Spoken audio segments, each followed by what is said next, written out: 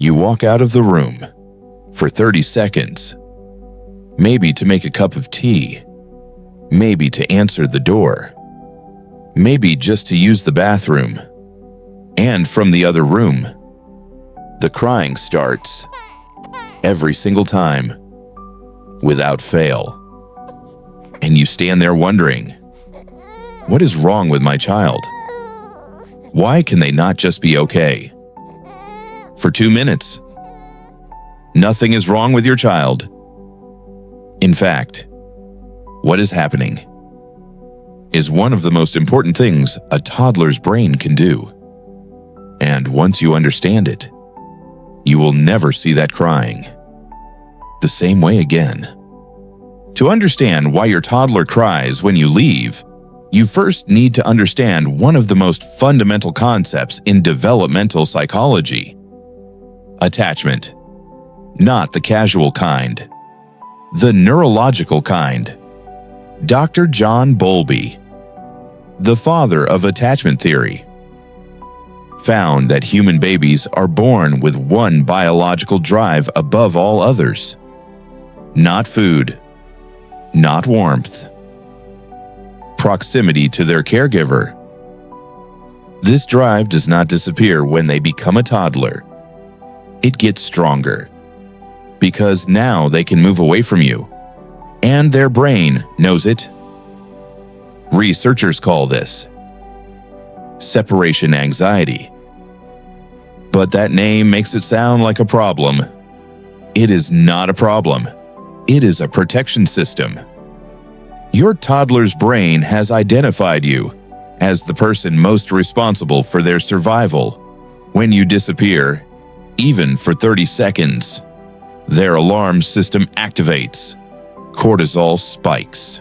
Heart rate rises. The downstairs brain, the survival brain, sends one urgent signal: find them, now.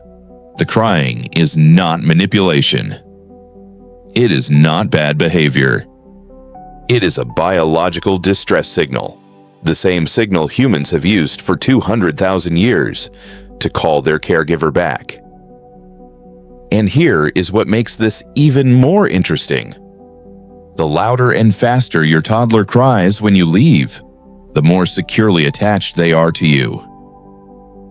Research consistently shows that toddlers who protest loudly at separation have stronger, healthier attachment bonds than toddlers who barely react. A toddler who does not cry when you leave, who seems completely unbothered, is not an easier child. They are a child who has learned their signal will not be answered.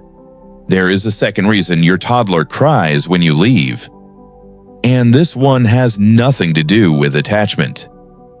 It has to do with how their brain understands reality. Jean Piaget, one of the most influential developmental psychologists in history, discovered something extraordinary about how toddlers think. He called it object permanence, the understanding that things continue to exist, even when you cannot see them. Babies under 8 months have almost no object permanence. When something disappears, to their brain, it is simply gone. By toddlerhood, this is developing, but it is still incomplete. When you walk out of the room, your toddler's brain is not sure. You still exist. Not in a philosophical sense, in a neurological sense. The brain circuits that track the continued existence of things outside of vision are still being built. So when you leave, their brain fires 2 alarms at once. My attachment figure is gone, and I am not sure. They are coming back. 2 separate brain systems, both activated at the same time. That is why the crying can feel so intense. It is intense to them. And every single time you come back, every single return, You are teaching their brain something extraordinary. You are teaching them, I come back. I always come back.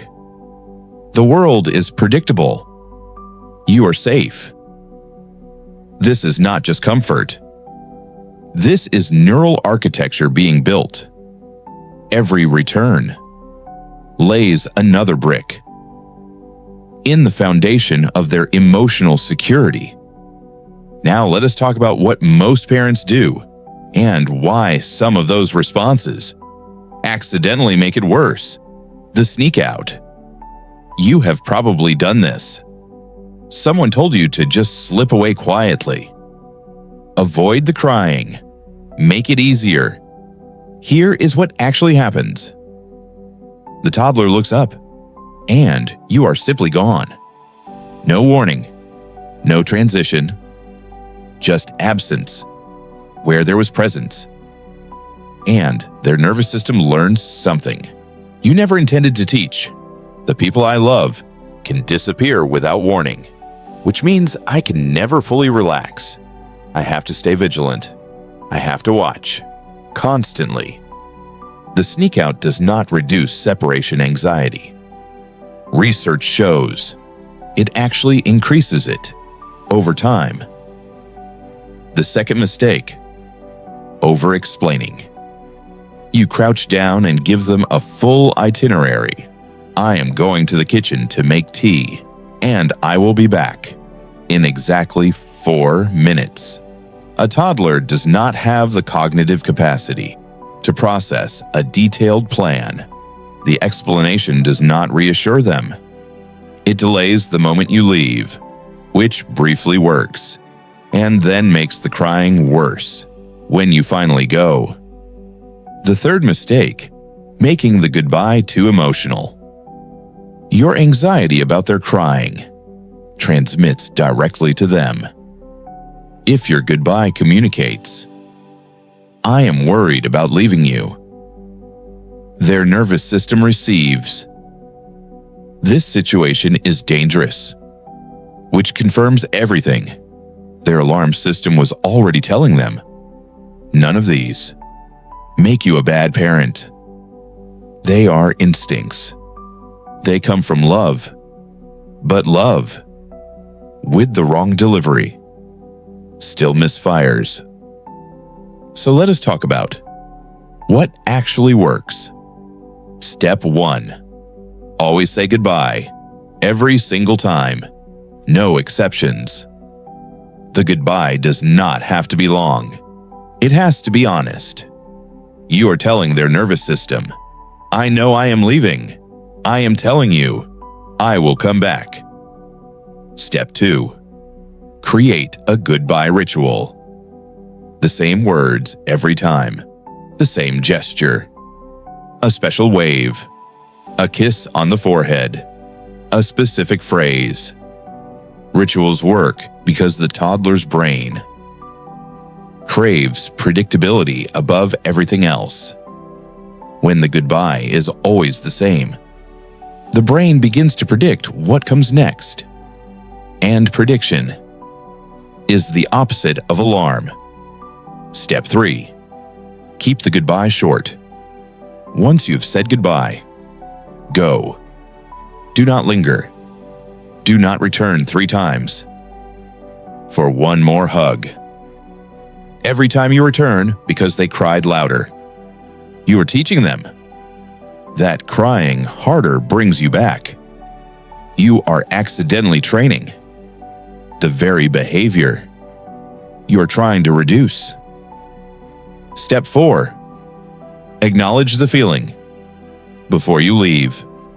Not explain, not fix. Acknowledge. Something like, I know you do not want me to go. It is hard when I leave. I love you. I will be back. 4 words matter more than any others. I will come back. Not I will try. Not I will be back soon. I will come back. Certainty. Not a negotiation. Step 5. Always come back. When you said you would. This sounds obvious. It is the most important thing on this entire list. Every return is a deposit into their trust account. Every time you say, "I will come back," and you do, their nervous system learns one more layer of safety, and gradually, not overnight, but gradually, the crying gets shorter, less intense. They begin to trust that you always come back, not because they stopped loving you, because they started trusting you. There is a difference between those two things, and it is everything. If this video is giving you a new way of seeing your toddler's crying, take 2 seconds and subscribe. We publish new videos every week that decode what your toddler is actually trying to tell you. Here is what I want you to take from this video. When your toddler cries because you leave the room, they are not being dramatic. They are not manipulating you. They are not spoiled. They are a small human with an ancient nervous system doing exactly what it was designed to do, keeping them close to the person their brain has decided is essential for their survival. That person is you. You are essential to them, not as a convenience, as a biological fact. And every time you come back, every single time, you are answering the most important question. Their developing brain knows how to ask, "Are you there?" And you are. You always are. Even when you have to leave, you always come back. If you are the parent who feels guilty every time you have to leave, who rushes back because you cannot stand the sound of it, who wonders every single day if you are damaging them, you are not damaging them. Your presence is so important to them that your absence hurts. That is not failure. That is love, working exactly the way love is supposed to work. Say goodbye. Create the ritual. Come back. Every single time. That is the whole instruction. It is simple, and it is hard, and it is everything. If this video helped you see your toddlers crying differently, share it with another parent who needs to hear it.